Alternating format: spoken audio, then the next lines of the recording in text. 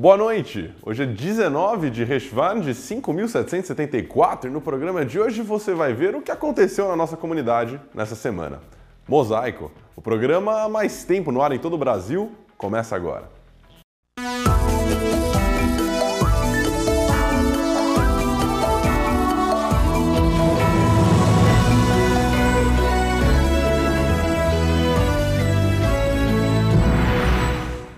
O programa começa, claro, com as notícias e comentários de Rony Gottlieb no oferecimento de Bradesco. Suas pequenas economias ajudam nas grandes conquistas. Crédito Bradesco, sim. Rony, é com você. Obrigado, Fred. A Anti-Defamation League, a Liga Anti-Difamação, mantida pela Bnei Brit dos Estados Unidos, divulgou esta segunda-feira a sua lista das 10 principais entidades americanas anti-Israel. A lista está cheia de entidades que nós nunca ouvimos falar, como a ANSWER, que tem uma abreviatura bonita para Act Now to Stop War and End Racism. A número 2 é a Muçulmanos Americanos pela Palestina, e a lista continua com nomes que não dizem muito para nós, como Code Pink, a Voz Judaica pela Paz, o Conselho Muçulmano para Assuntos Públicos. Devem ter muito tempo e muito dinheiro, porque, segundo Abraham Foxman, o manda-chuva da Liga Antidifamação, eles se ocupam em tempo integral de falar mal de Israel e apresentar ao público americano uma visão hostil e tendenciosa do país.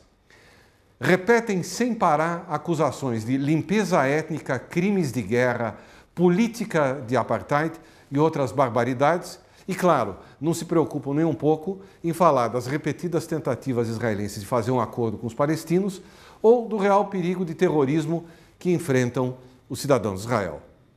Agora, a 10ª entidade da lista é um caso à parte. É a Naturei Karta, um grupo ultra-ortodoxo, anti-sionista, fundado em Jerusalém em 1938. Os Naturei, que em aramaico quer dizer os guardiões da cidade, acreditam que Israel só pode existir depois da chegada do Messias. É isso mesmo que vocês ouviram. Israel só pode existir depois da chegada do Messias. Portanto, eles rejeitam a existência do Estado de Israel e seus membros, tanto em Israel como nos Estados Unidos, são conhecidos por queimar bandeiras de Israel e por terem enviado há pouco tempo representantes para uma conferência de paz. Adivinhem aonde? No Irã. Isso só nos Estados Unidos. Com amigos como esses, quem precisa de inimigos? Peço a vocês que assistem e gostam do nosso programa que votem na gente na promoção Programa Mais Querido da TV Aberta 2013. É muito fácil, é só clicar no link que está aqui abaixo, fazer o login, ele vai te pedir pelo seu Facebook ou pelo cadastro do site e escolher o Mosaico, claro. Quem vota já está automaticamente concorrendo a um Galaxy Tablet da Samsung novinho. Agora uma notícia no mínimo curiosa para você em casa, presta atenção. Existe um prêmio em Israel que é concedido a pessoas ou seus familiares que salvaram judeus durante a Segunda Guerra através de atos de justiça ou heroísmo. O prêmio se chama Justo entre as Nações, você já deve ter ouvido falar. E além do nome gravado em pedra no jardim do Museu Yad Vashem em Israel, trata-se de uma grande honra e muito querida homenagem. No entanto, a família do primeiro árabe a ser chamado Justo entre as Nações não achou tão bacana assim e recusou-se a assumir a honra. Isso mesmo. O prêmio foi concedido póstumamente ao Dr. Mohamed Helmi, um médico egípcio-alemão, pelo Yad Vashem por seu papel na economia de uma família judia na Alemanha durante o Holocausto. Com a ajuda de genealogistas, um jornalista rastreou membros da família de Helmi no Cairo, no Egito. Mervat Hassan, a esposa de seu sobrinho, afirmou que eles não estariam aceitando o prêmio, citando relações hostis entre o Egito e Israel. Ela, que é muçulmana, disse ao jornalista: "Se qualquer outro país ofereceu-se para honrar a Helmi, eu teria ficado feliz com isso." Ela continuou: "Helmi não estava pegando uma certa nacionalidade, raça ou religião para ajudar. Ele tratava seus pacientes independentemente de quem eles eram. Eu respeito o judaísmo como religião e eu respeito os judeus. O Islã reconhece o judaísmo como uma religião celeste." O Yad Vashem diz que vai continuar a procurar outros parentes de Helmi, talvez algum mais próximo, a fim de conceder a honra de sua família, incluindo alguns herdeiros que apareceram em seu testamento. Mohamed Helmy, nascido em Khartoum em 1901, era um médico educado na Alemanha e que em 1937 foi proibido de trabalhar no sistema público de saúde alemão devido, adivinhe por quê, à sua raça. Helmy permaneceu em Berlim após a guerra, acabou se casando e veio a falecer em 1982. Ser nomeado justo entre as nações é a mais alta honraria concedida aos não-judeus que agiram para salvar judeus durante o Holocausto. De acordo com o Yad Vashem, 25 mil pessoas de 44 países foram honrados como justos, incluindo mais de 500 alemães e algumas dezenas de muçulmanos não árabes. Vamos rapidinho para os comerciais, daqui a pouco a gente está de volta. De volta com o Mosaico, nessa próxima sexta-feira, 25 de outubro, as velas de Shabat devem ser acesas pontualmente às 18 horas e 56 minutos, pelo horário de verão. E para aqueles, claro, que preferem participar do serviço religioso, a comunidade de Beitel convida você e sua família ao Kabbalat Shabbat a partir das 19 horas na rua Caçapava, número 105. Está na hora de entender um pouco melhor as línguas que fazem parte da nossa rica cultura judaica. Sabe do que eu estou falando? Quem assistiu o programa Mosaico nas últimas semanas deve saber. Moré Nelson, nosso sábio professor, vou deixar tudo com você. Com você, Moré.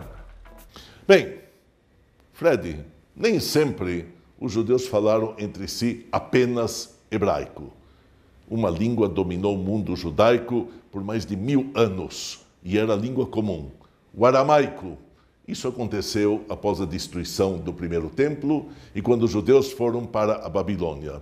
E lá, evidentemente, a influência de outras línguas criou o aramaico, próxima do hebraico, escrita com letras hebraicas, aquelas letras quadradas, mas tem o seu vocabulário especial. E tanto foi falado que houve judeus que esqueceram do hebraico. Mas o hebraico sempre foi mantido na Torá e era estudado toda semana. Existiu até um problema quando os judeus não conseguiam mais rezar em hebraico. E algumas rezas foram escritas em aramaico. Rabinos não gostaram, disseram rezas têm que ser em hebraico, mas algumas sobraram. Por exemplo, em Pesach, Halachma Aniah, este é o pão da pobreza. Por exemplo, no Kol Nidrei, quando nós anulamos as promessas. E ainda é mantido um documento oficial, a Ketubá, o documento de casamento judaico. O aramaico é a língua na qual foi escrita o Talmud da Babilônia. E por isso ele é muito estudado. Na verdade, ele sobrou ainda, algumas cidades da Ásia ainda falam o aramaico, resquício daquilo que nós tínhamos. Hoje, só usamos nesses casos e o hebraico moderno substituiu completamente. Shalom Uvracha. Tá certo, é isso aí, Moré. Muito obrigado. Eu, infelizmente, não tenho treinado muito o meu aramaico nem o hebraico. Você em casa? Difícil, né? Semana que vem tem mais curiosidades com o Moré Nelson. O Centro da Cultura Judaica vem promovendo um ciclo de palestras sobre o Oriente Médio e o palestrante convidado dessa semana sabe tudo do assunto. Eu fui até lá, dá só uma olhadinha. A noite nessa segunda-feira foi movimentada no Centro da Cultura Judaica, mas o Mosaico está aqui para falar de um assunto especial, o ciclo de palestras que tratam sobre assuntos pertinentes ao mundo árabe e ao mundo judeu, toda segunda-feira aqui no Centro da Cultura Judaica. O convidado de hoje é um cara muito importante que entende muito do assunto. Gustavo Chakra é colunista do Estado de São Paulo, jornal, e também participa do programa Manhattan Connection, que vai ao ar pela Globo News, mora em Nova York. Vamos conversar com ele e vamos entender o que ele tem para falar sobre os problemas do mundo árabe. Gustavo Chakra, ou Guga Chakra, como é mais conhecido, é comentarista de política internacional do jornal O Estado de São Paulo e do programa Globo News em Pauta, em Nova York. No ano em que Israel completa 65 anos, a Confederação Israelita do Brasil e o Centro da Cultura Judaica em São Paulo promovem, em todas as segundas-feiras de setembro e outubro, um ciclo com 9 palestras intitulado Israel e o Mundo. Nessa segunda-feira, 21 de outubro, às 20 horas, o ciclo prosseguiu com a palestra Israel e o Oriente Médio com Guga Chakra. Foram discutidas na palestra as relações entre Israel e Egito, Síria e Líbano, os últimos 2 países considerados inimigos pelo jornalista. Tem que lembrar que a Europa demorou muitas décadas, até séculos, para se definirem as fronteiras. Eles possuem problemas fronteiriços, no caso da Síria, as colinas do Golã, no caso do Líbano ainda existe a questão de Gájar e as fazendas de Shebá, teve a questão do sul do Líbano, e agora também está mais complicado, porque os dois, a Síria está em guerra civil, quer dizer, é bem mais complexo. Eles chegaram próximos de um acordo de paz 2 vezes, primeiro com Hafez, e na época era o Ehud Barak em Israel, e agora, mais recentemente, com Bashar e Ehud Olmert também chegaram bem próximos. O Líbano possui questões domésticas muito complicadas que impedem a paz com Israel. É um país que é totalmente sectário e que as pessoas pensam muito em função da sua própria religião. Minha família, por exemplo, meu avô é cristão ortodoxo, minha avó é cristã grego-católica.